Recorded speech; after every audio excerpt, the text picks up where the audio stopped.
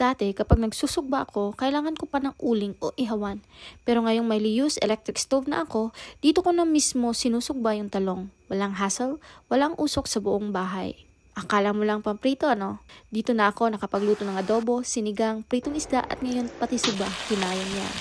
Compact siya, mabilis uminit at safe gamitin kahit maliit ang space. Walang hassle, walang bukas na apoy. Napakadaling gamitin at napakadaling linisin. Kaya kung gusto mo ng lutuan na kayang gawin ng lahat, ito na ang para sa'yo. Luto na. So, naka-perfect ani kay nanay handaw. Pagluto na yung pagkaon. Dito lang nato siya kwaon. Gamit ang handaw. Ang butangan lang dahil lang. Ayan. So, nakanindot ani. Butangan lang ninyo siya ngayon kainit pa man eh.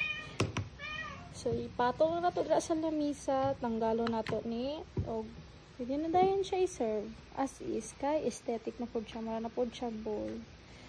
Ayan, ta.